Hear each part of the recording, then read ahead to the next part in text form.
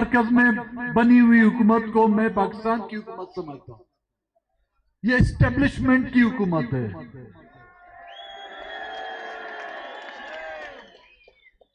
ये फॉर्म 47 की हुकूमत है। ये एक नाम नेहाद इलेक्शन कमीशन की हुकूमत है, जिसको 8 फरवरी को मैंडेट चोरी करके आप एक मुर्गी चोर को तो गिरफ्तार कर सकते हैं, आप एक बकरी चोर को तो गिरफ्तार कर सकते हैं, आप एक मोटरसाइकिल और मोबाइल चोर को तो गिरफ्तार कर सकते हैं। खुदा के बंदे, उन्होंने मुल्क की अवाम का मैंडेट चोरी किया। मतलब किसी को उसकी हक की राय दही का जो इख्तियार दिया गया था वो चोरी किया गया है।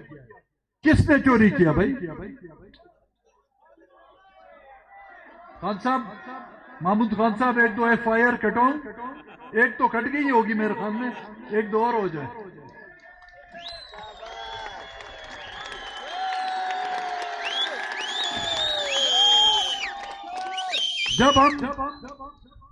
जब हम बात करते हैं एस्टेब्लिशमेंट या फौज का नाम लेते हैं तो कहते हैं ये गद्दार हैं। चलो भाई, हम आपका नाम नहीं ले रहे। ये हिंदुस्तान की फौज ने ये कुछ किया? ये अफगानिस्तान की फौज ने ये मैंडेट चोरी किया? ये ईरान की फौज ने यहां पे मैंडेट चोरी किया? ये अमेरिका की फौज ने मैंडेट चोरी किया? चलो फर्ज कर लेते हैं हम 1 मिनट के लिए, ये हिंदुस्तान की फौज ने आके यहां पे डब्बे चुराए, यहां पे ठप्पे मारे, यहां पे लोगों का मैंडेट चुराया। अगर उसने चुराया तो फिर तुम किस बला की दवा हो जो यहां पर बैठे हुए? तुमको जो ये तनख्वाहें मिल रही हैं, तुमको जो ये मराते मिल रही हैं, तुम ये कर्नलों से लेकर जनरल जो ये यहां पे ठाठे मार के घूमते हो, अवाम के टैक्स पर तुम लोग जो पलते हो, अवाम के टैक्स पर खा खा कर तुम जो है किलो के हिसाब से नहीं, टनों के हिसाब से तुम्हारा वजन बढ़ रहा है। क्या इसी खातिर तुमको ये तनख्वाहें दी जाती हैं कि तुम अवाम के मैंडेट को चुरा कर और उसको उन लोगों को दे दो जिनको उसके घर वाले भी वोट नहीं देते। बलूचिस्तान में ऐसे लोग कामयाब कराए गए हैं जिनको उनके मोहल्ले के लोग पहचानते भी नहीं हैं, जिनको उनके घर वाले भी वोट नहीं देना पसंद करते, वो आज आकर हम पर हुक्मरानी कर रहे हैं। यहां पर इस मुल्क में जो खुशहाल तबका है, ये वो एस्टेब्लिशमेंट है जिसके 7 पुश्तें जो हैं आबाद हो चुकी हैं इस मुल्क के लोगों के टैक्स के पैसे खा खा कर। लेकिन इस मुल्क में की आवाम आज भी बदहाल, बेरोजगार, एक वक्त की रोटी के लिए मोहताज है।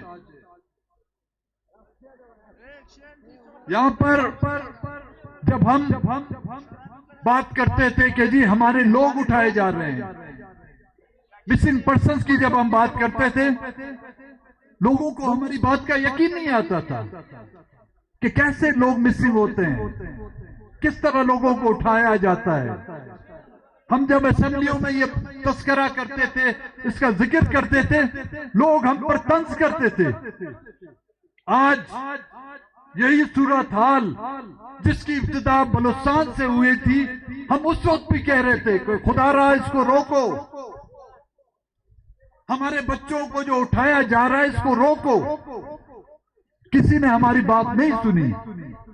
आज मुल्क के कोने कोने में आप लोगों को जो है मिसिंग पर्सन की सदाएं सुनाई देती हैं। ईद के पूर्व मसरत मौके पर लोग ईद की खुशियां मनाते हैं, औरतें बच्चे ईद की खरीदारियां करते हैं, जश्न मनाते हैं लोग ईद की खुशियां में।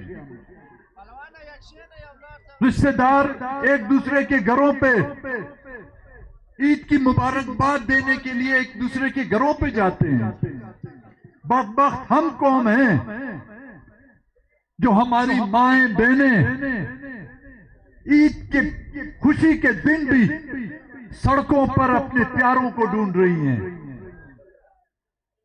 बदबख्त हम कौम हैं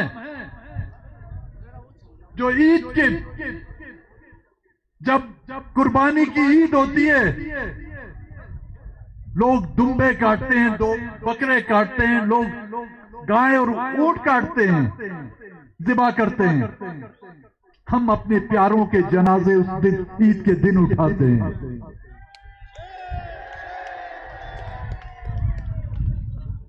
कुर्बानी के ईद के दिन हमारे घर के सामने हमारे नौजवानों की लाशें गिराई जाती हैं,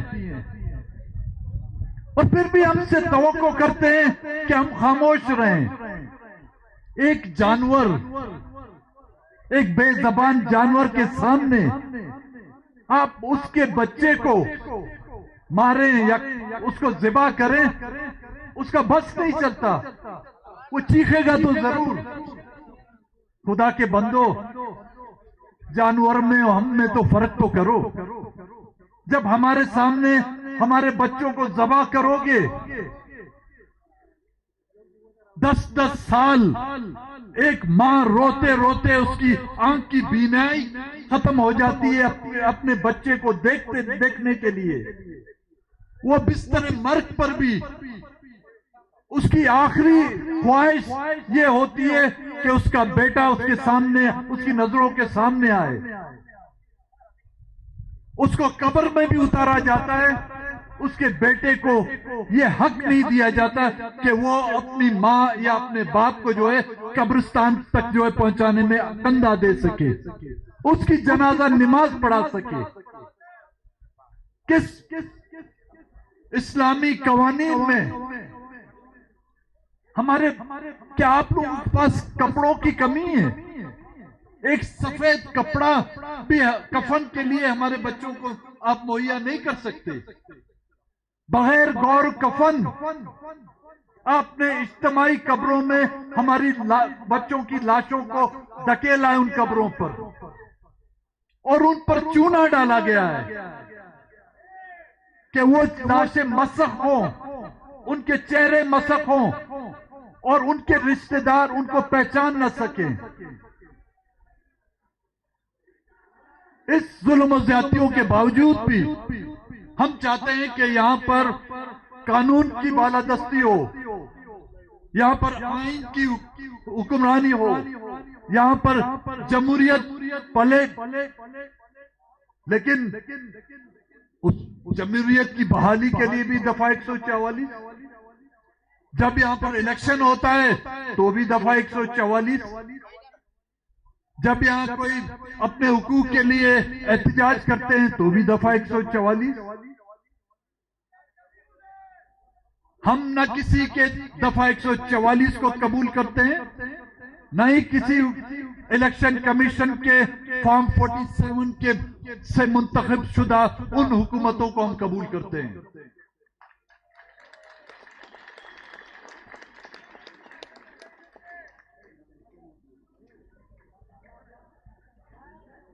लोग अपने तौर पर खुद अपना रोजगार यहां पर पैदा करते हैं। बॉर्डर पर लोग अपनी मदद आपके तहत रोजगार पैदा करते हैं, लेकिन उस बॉर्डर को भी आप बंद कर रहे हैं। वो भी अपने मनपसंद लोगों को, जो आपके बूटों को हाथ से नहीं अपनी पेशानी से पॉलिश करते हैं, उनके सुपर्द कर रहे हैं आप उनको। हमें रोजगार, कितने लोगों को सरकार पे आप नौकरी देते हैं? जिस तरह यहां पर लोगों का मैंडेट चोरी करके करोड़ों रुपए लिए गए, इन्होंने नहीं लिए भाई, वो हिंदुस्तान के कर्नल आशुम ने लिए थे। हिंदुस्तान से ताल्लुक था, यहां का नहीं था। मेजर था, कर्नल था, वो हिंदुस्तान से था। वो बदबख्त पता नहीं चमन के रास्ते से शायद यहां पे पहुंचा था। साथ ही जब चमन जाए तो वो चमन वालों से पूछे ये कर्नल हाशिम आया कहां से था। रोजगार तो आप मुहैया नहीं कर सकते। जब हम रोजगार के लिए आपके दरवाजों पर आते हैं, बगैर रिश्वत के आप रोजगार भी नहीं देते। आपका दिया हुआ रोजगार हमारे लिए जो काली कब्र है, जो रोजे अव्वल से 1947 से आप लोग हमें देते आ रहे हैं। तो आखिर क्योंकि फिर बादल मंडला रहे हैं, सुनो बारिश हो जाए।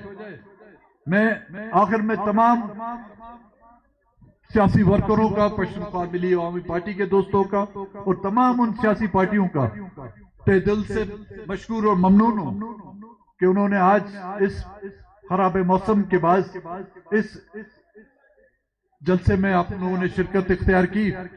और ये उम्मीद रखता हूं कि हमारी ये तहरीक ना कि सिर्फ बहाली आइन, जमहूरियत की पासदारी, बल्कि कौमों की बुनियादी हुकूक, हर कौम को उस खित्ते में जो वो कौम आबाद है, वो कौम उस खित्ते की मालिक करार दी जाएगी।